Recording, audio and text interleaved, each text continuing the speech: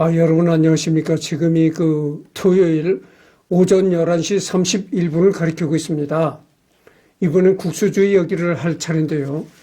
도올 김용욱 교수님의 이렇게 강의를 보면은 도올 김용욱 교수님은 아주 전통적인 학교 선생님의 모습을 지닌 교수님이다. 이렇게 내가 얘기를 합니다. 그게 왜냐면은 지금 이 교수님들이나 이렇게 혹시 도올 교수님 외에도 다른 교수님들이 이렇게 나와서 강의하는 게 있거든요.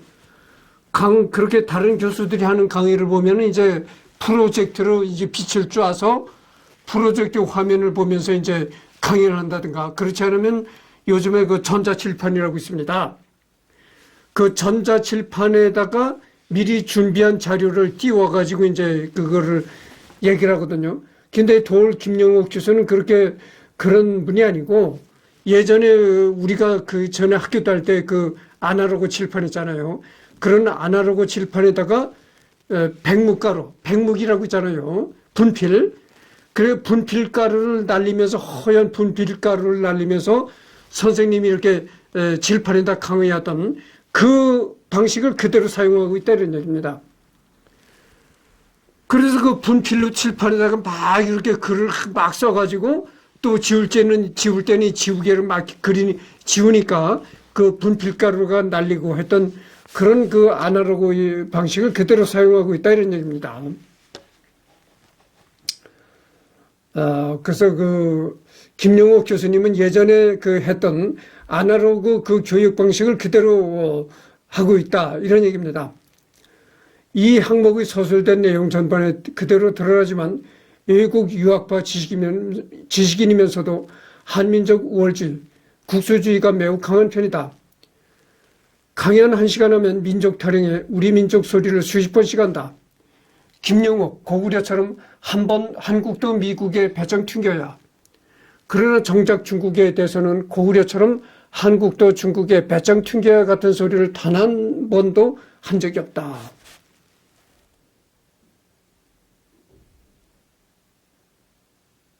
그래서 요즘엔 하고 싶은 게 얘기입니다.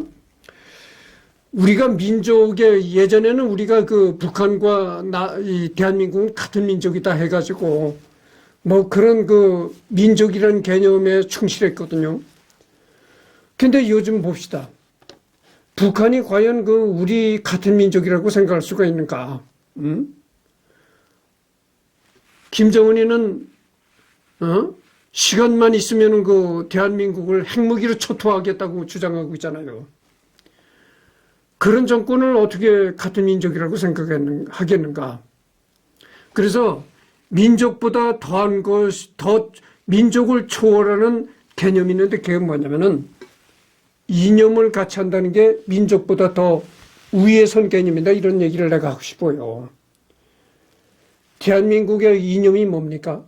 자유민주주의를 중요시한다는 그런 이념을 갖고 있는 거예요. 그래서 대한민국이 추구하고 있는 자유민주와 자유민주 이런 거를 우리가 공유할 수 있는 나라는 미국이다 이런 얘기죠.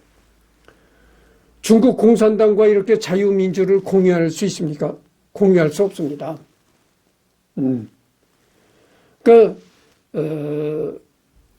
북한은 우리와는 같은 민족이지만 우리와는 완전히 이념과 생각이 다른 집단이고, 그러나 미국은 우리와 다른 민족이지만 이념과 자유 이런 부분에서 상당히 우리가 공감하고 있다 이런 얘기죠. 그러니까 피보다 더 진한 게 있는데 그게 뭐냐면은 자유와 민주의 이념을 공유할 수 있는가 이런 문제다 이거죠.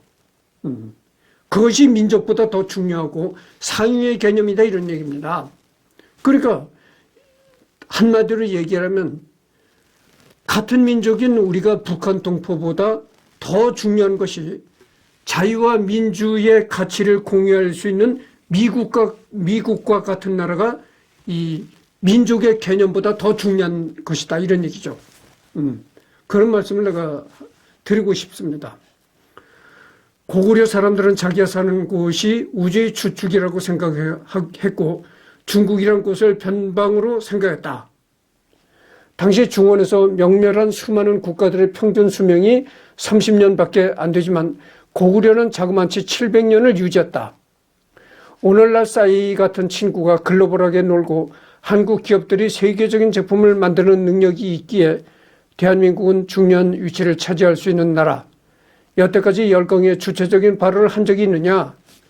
열강의 말을 고분고분 듣기만 하면서 살아온 게 아니냐 등 여러 강연에서나 주체적인 역사관, 민족주의를 매우 강조하고 민족주의가 자기 사상과 의식에 깊게 자리 잡았음을 자랑스럽게 드러낸다. 지금은 뭐 중국이 이 지구의 중심이다라는 뭐 중화 사상에 젖어 있다고 하잖아요. 중국 사람들이. 그러나 여기 나오는 걸 보면 말이죠. 당시 중원에서 명멸한 이 중국 땅에도 중국 역사도 보면은 수많은 나라들이 생겨났다가 없어졌던 것이죠. 그러니까 수많은 국가들이 탄생했다가 이제 없어지는 그런 탄생과 명멸을 반복했다고 하죠. 그래서 여기 보면은 당시 중원에서 명멸한 수많은 국가들의 평균 수명이 30년밖에 안 된다고 하죠. 그러니까 중국 땅에서 국가가 생겨났다가 그 국가가 소멸하는 그런 수명이 평균적으로 30년밖에 안 됐다.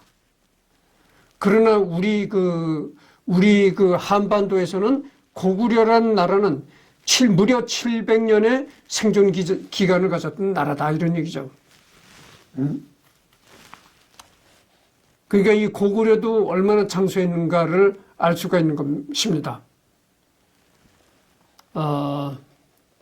그러므로 이념으로서 민족주의에 대한 비판은 그에 대한 비판 요소로 이어질 요소가 널려 있다고 할 수 있다. 동양 전통 문화에 대한 자부심과 우월주의 때문에 사상적으로 친중국 성향이 있지만 근본적으로는 확고한 민족주의자라고 할 수 있다. 역사 해석도 당연히 극도로 민족주의적이며 고대사에서는 고구려의 자국중심 천하관을 찬양하고 계승하는 모습을 보인다. 사실 고구려는 독자적 천하관을 가지는 등 자주적인 모습이 있기는 했지만 근본적으로는 조공으로 대표되는 중화중심의 천하질서를 인정하는 나라였으며 조선의 자발적, 내생적 근대화가 가능했다고 보는 자본주의 맹하로는 논란이 있다.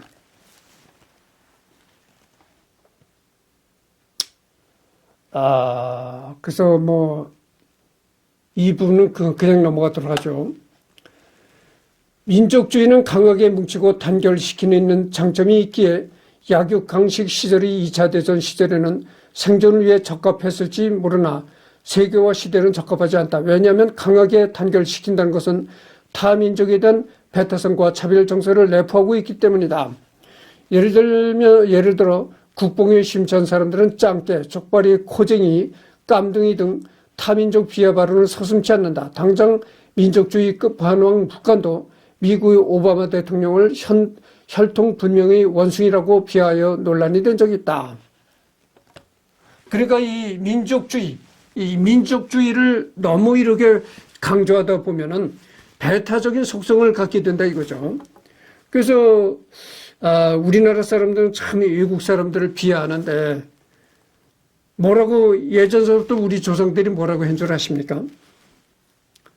서양 사람들은 양놈, 양키, 중국 사람을 보면 떼놈, 일본 사람을 보면 외놈, 쪽발이 이렇게 했단 말이죠. 그러니까 우리 조선 사람 빼놓고 외국 사람은 다 이렇게 비하하고 욕을 퍼붓다 이런 얘기죠. 그러니까 조선 사람 위의 모든 존재는 다 오랑캐요, 깡패다. 이런 그 생각이 강한 그 민족주의가 바탕이 됐을 때 이런 그 배타적인 속성이 나온다 이런 얘기입니다. 그래서 이 강한 그 민족주의는 지금의 글로벌화한 시대에도 맞지 않는다 이런 얘기입니다. 그렇잖아요. 우리가 미국이나 영국 이런 나라를 무조건 양놈, 양키라고 비판할 수 있습니까? 그렇잖아요. 이 미국이란 나라는 우리나라 6.25 때도 우리와 같이 피를 흘려서 이제 싸우는 혈맹이고, 더군다나 미국과 우리는 자유민주라는 가치를 공유하는 입장이다 그거죠. 그래서 내가 전에도 얘기했지만 이 가치를 공유한다는 것이 민족주의보다 더 중요하고 민족주의보다 더 상위 개념이다 이런 얘기를 했습니다. 그러니까 피보다 더 중요한 것은 가치를 공유할 수 있는가 이런 문제다 이런 얘기입니다. 2차 대전 시절의 독일과 일본 그리고 현 시대의 북한이 바로 민족주의에 매몰되면 나타나는 현상이다. 타민족을 배척하기에 세계화 시대는 민폐가 될 수 있다. 한국인이 해외에 간다면 개인주의 성향인 외국인들과는 성격만 맞다면 금방 친해지기 쉬우나 백인 우월주의자 같은 민족주의자들 만나면 친해지기도 어렵고 오히려 동양인이라고 차별당해 싸움이 날 수도 있다. 입장 바꿔 백인판 김영옥은 불편할 것이다. 애초 민족주의 한계는 철저히 정치적 프로파간다라는 점이다. 2차 대전 독일과 일본도 민족주의를 국민들에게 세뇌시켜 아주 잘 이용해 먹었고 북한도 그렇다. 조선은 신분제 사회였기에 양반은 노비를 사람 취급도 하지 않았었고 우리 한민족 개념은 아이러니하게도 일제 때 정치적 목적으로 태동했다.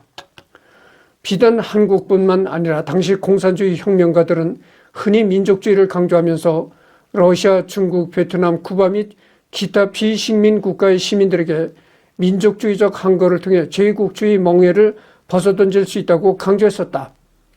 당시 시민이 제국주의로 동화되어 흡수되면 제국주의 힘이 커지니까 분열시키려 놓으려 했던 것이다. 그러나 공산주의는 민족주의와는 거리가 먼 이념인데 공산혁명가들이 민족주의에 심취했던 것은 그런 정치적 배경이 존재했다.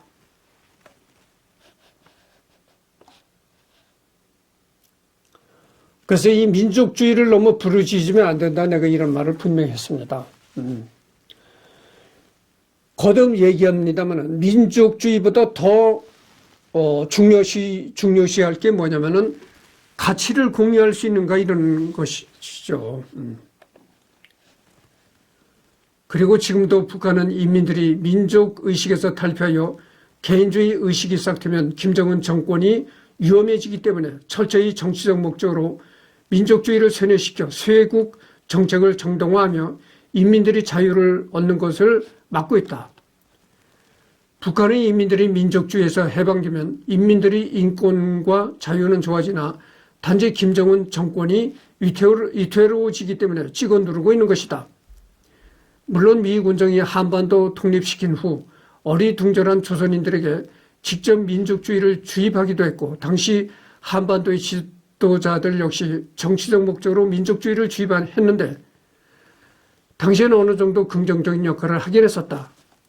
일단 독립 초기엔 강하게 단결하여 뭉칠 필요가 있었기 때문이다. 다만 21세기 세계화 시대는 적합하지 않다는 것이다. 그렇죠. 21세기의 글로벌화한 시대에 계속 민족주의를 부르짖는다는 것은 옳지 않다는 것이죠. 세계화에 거꾸로 가는 행위로 나타날 수 있다 이런 얘기입니다. 애초 과거 한반도에도 다양한 국가가 있었고 사례를 살펴보면 침략당에 필사적으로 저항해 싸우다 함락되자 자결하기도 했었다. 어쨌거나 가장 강한 국가가 다 먹어서 한반도 통일하고 오랜 시간 지나다 보니 뒤섞여서 그냥 하나처럼 보이는 것이지 무슨 태초부터 한민족이 존재한 것이 아니었다. 재미있는 사실은 일본도 한반도를 먹은 후 내선 일체 사상을 시도했다는 점이다. 조선과 일본은 한 몸이라는 것인데 결국 이 역시 정치적 목적이다.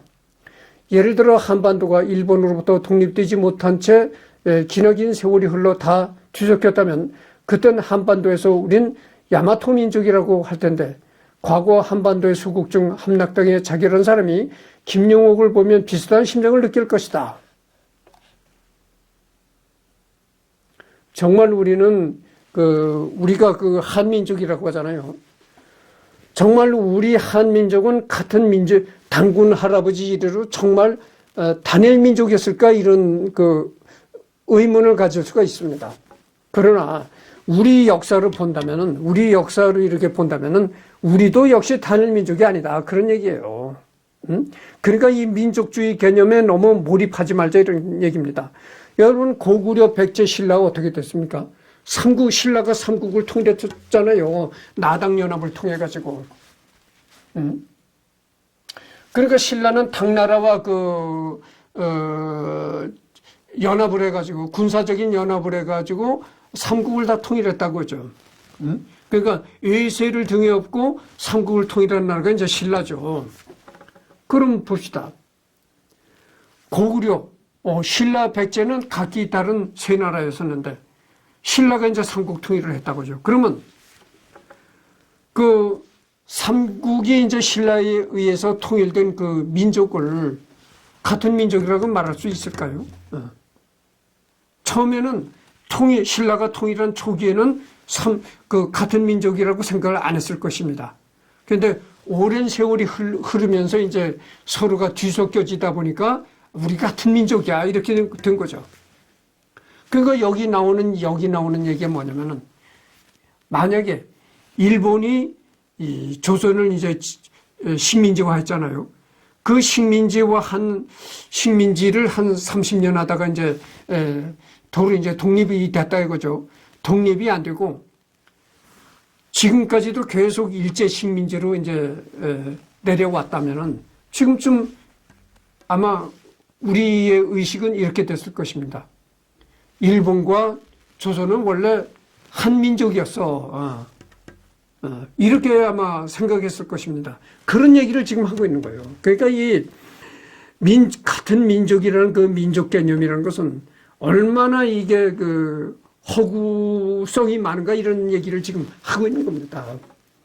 그러니까 내가 누누이 얘기하지만 민족이라는 개념에 너무 몰두하면 안 된다.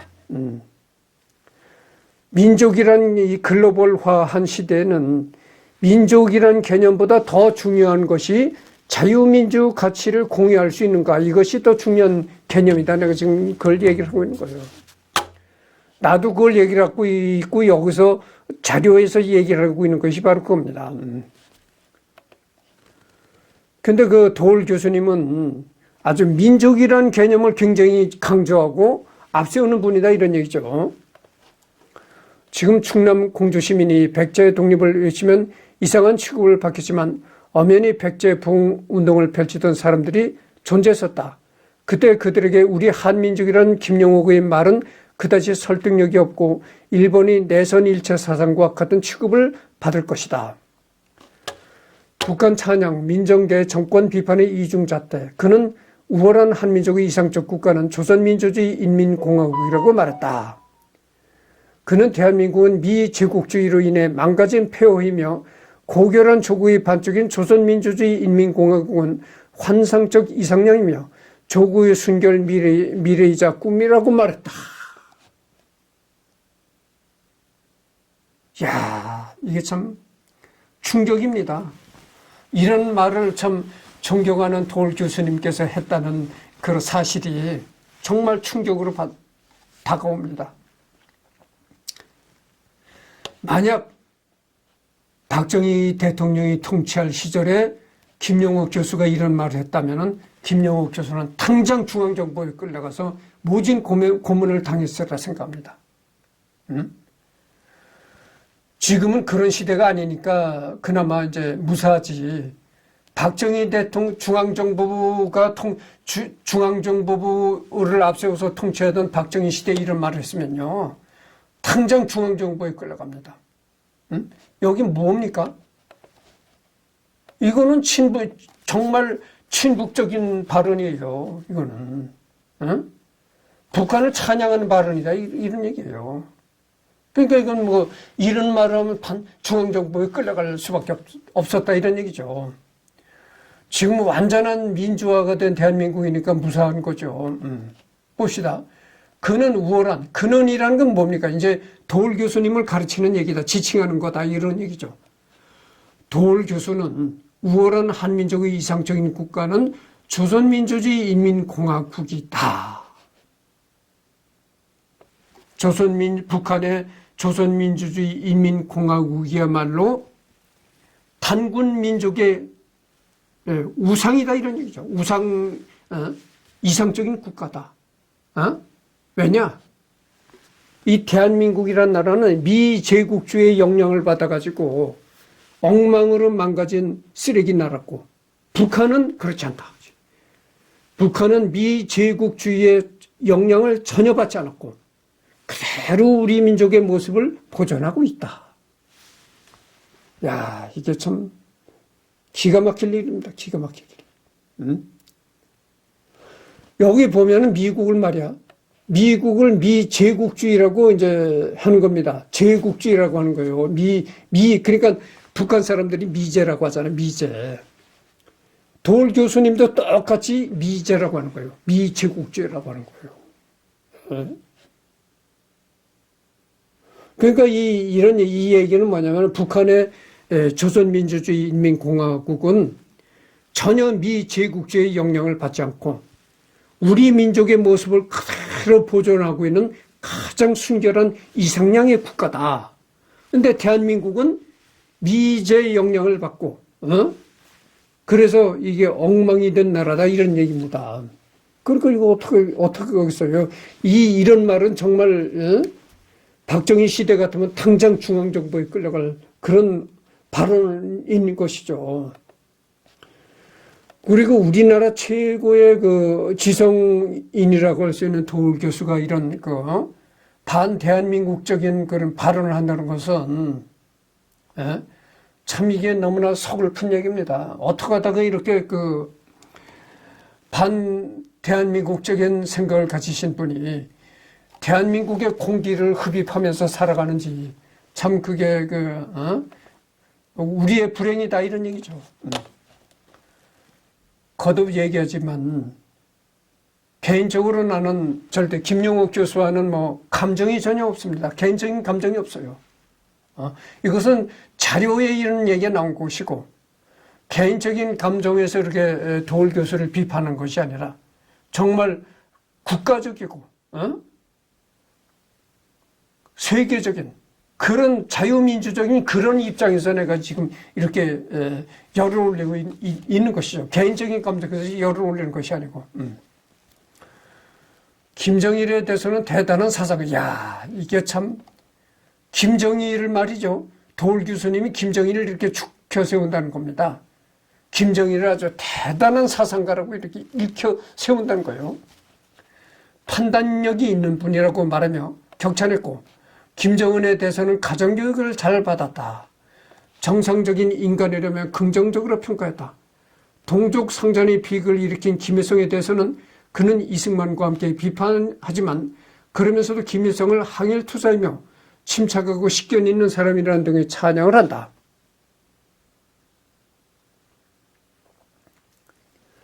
그러니까 김일성은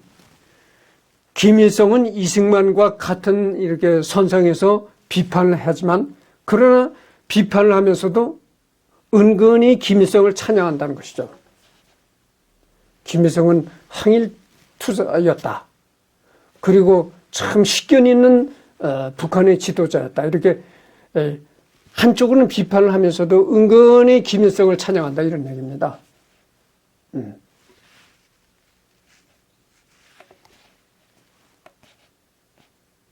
그러니까 참 이게 지금 이 부분을 읽으면서 내가 생각되는 게 그전에 한양대학교에 리영희라는 교수가 있었습니다. 새는 좌우의 날개로 난다 어쩌고 이러면서 이제 그런 책도 썼고 이런 교수가 있었는데 이영희 교수가 이렇게 상당히 아주 북한 찬양하는 그런 교수였어요. 이영희 교수는 입만 열면 이승만이를 쌍욕을 퍼붓던 사람이야. 이승만이 부인 프란체스카 있잖아요. 영부인 프란체스카를 뭐라고 했는 줄 아십니까? 한양대의 이영희 교수가 이승만 부인 프란체스카를 환양년이라고 욕을 했어요. 환양년.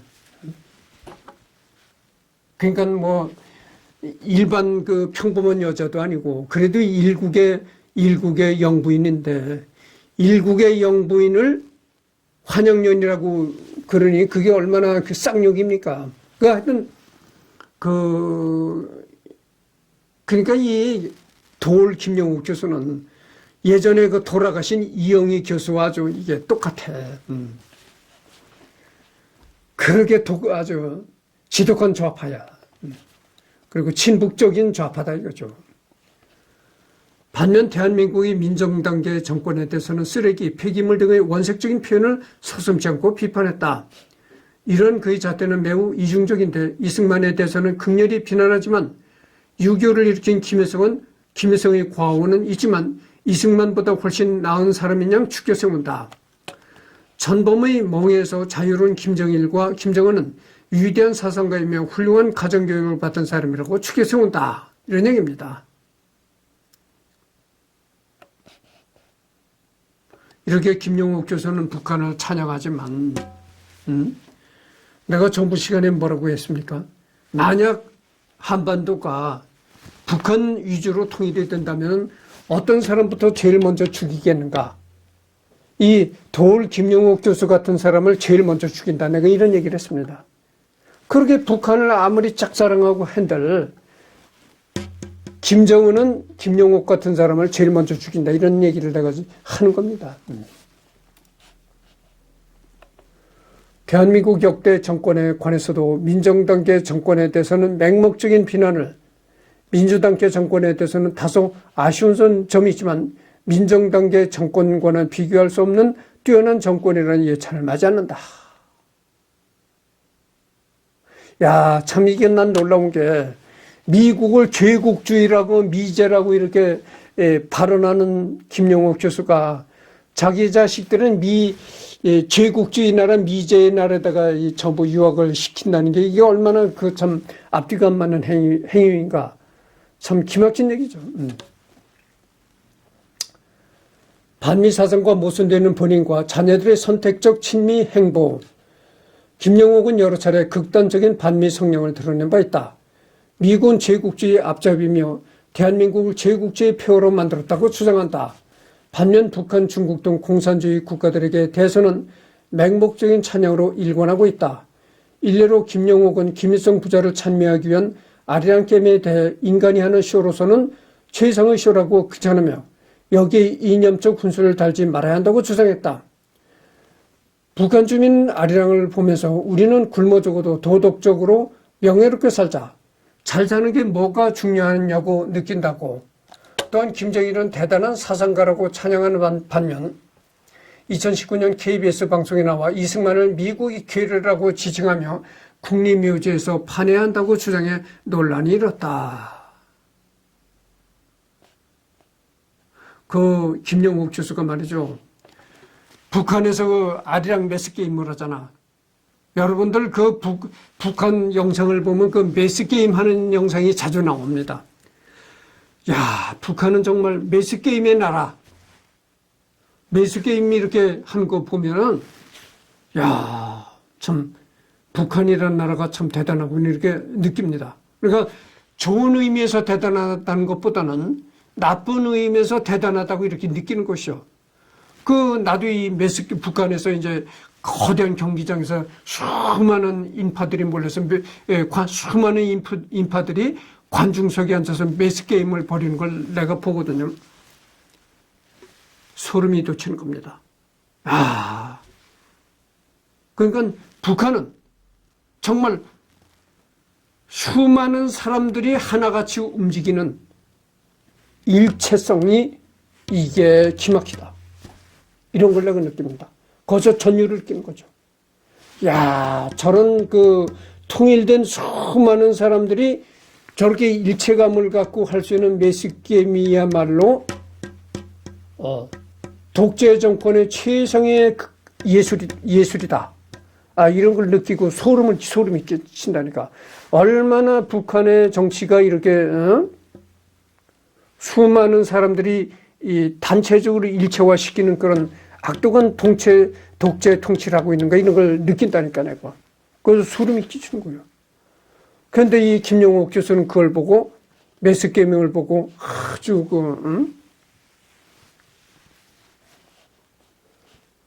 북한이 이렇게 참 대한민국보다 월등하구나 이런 걸 느낀다는 거예요. 야, 이게 참 김영옥 교수의 이런 그 생각은 참 이게 안타깝습니다. 안타까워. 어떻게 이런 얘기를 할 수가 있는지. 아니 미국에서 하버드 대학을 나온 사람이 어떻게 미국을 미제 나라라고 하고 말이지.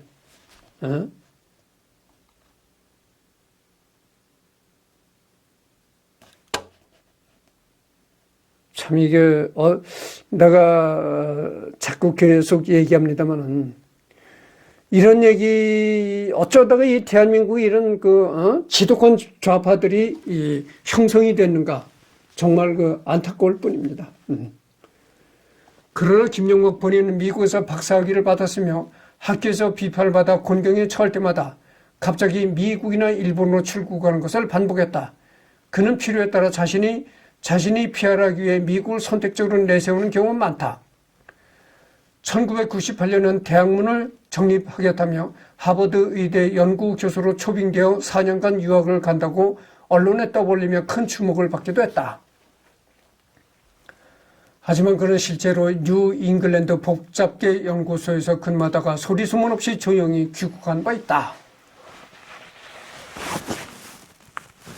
그러니까 이렇게 방송이나 대중 강연 이런 데서 이렇게 대한민국을 비방하는 얘기, 이 미국을 비방하는 얘기, 북한을 찬양하는 얘기 이런 걸 하다가 언론의 역풍을 만나고 이제 곤경에 처하게 되면 그때마다 해외로 무슨 연구를 한다 떠난다 이렇게 핑계를 대고 떠났다 이런 얘기죠. 그랬다가 또 이제 대한민국 언론이 이제 조용해지면 잠잠해지면 소리 소문 없이 또 귀국했다 이런 얘기입니다. 참. 또 김영옥의 자녀들은 모두 미국에서 학업을 마쳤다는 점도 비판의 여지가 크다. 단순히 장성한 딸이 미국에서 활동하는 것뿐이라면 성인이 된 이후의 행보이니 김영옥에게 비판을 비껴갈 여지가 조금이라도 있을지 모르겠지만 해당 인물은 미국에서 출생했고 미국의 사립고등학교를 거쳐서 대학까지 미국에서 나온 것이다. 고등학교까지 미국에서 그것도 비싼 사립고등학교 프랩스쿨을 나온 곳에 부모의 결정이 들어가지 않았다고 보기는 어렵다.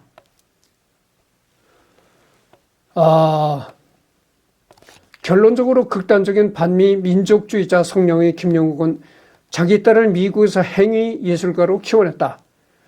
남의 딸이 북한 정권의 노예가 돼 가혹하게 학대당해 영혼 없는 꼭두각시처럼 공연하는 것을 극찬하며 잘 사는 게 뭐냐?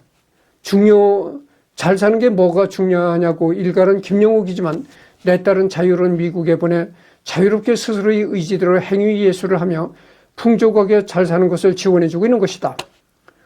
김미루가 미국에서 하는 누드 행위 예술을 북한에서 했다면 반동이라고 하며 고사포에 맞아 흔적도 없이 사라졌을 수도 있다. 그것은 김영옥 본인도 잘 알고 있을 것이다. 여기서 재론하지 않겠습니다. 넘어가도록 하겠습니다. 사교육 걱정 없는 세상의 이사들이나 조국 전 법무장관처럼 남의 자녀에게는 피리를 불며 되모판으로 인도하지만 정작 자신의 자녀는 남의 자녀들이 되모질할 시간에 가장 효율적인 방법으로 공부를 시켜 경쟁력을 향상시키는 유명 인사들이 적지 않다. 그러니까 내노남불이죠. 내노남불. 내가 하면 로맨스요. 다른 사람이 하면 그거다. 불륜이다.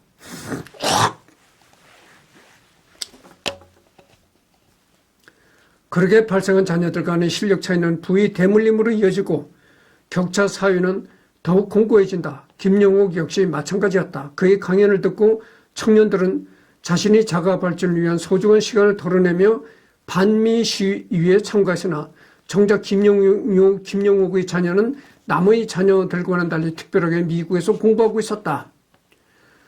물론 내 자식을 특별하게 키우고 싶어하는 것은 결코 잘못이 아니다. 그것은 부모로서의 본능이다.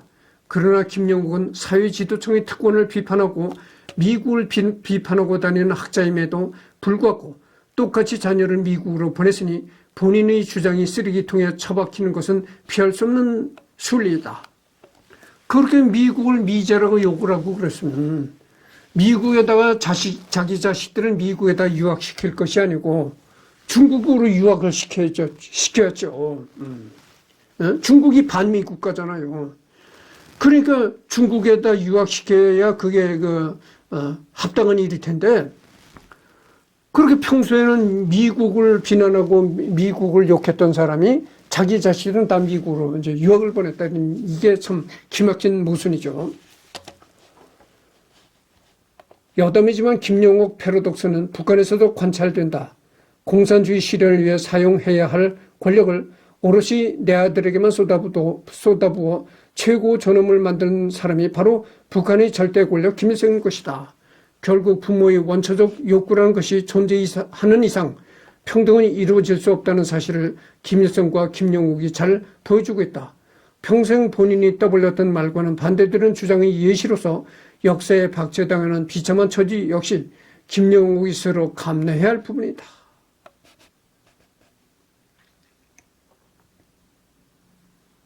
지금 36분을 경고하고 있거든요.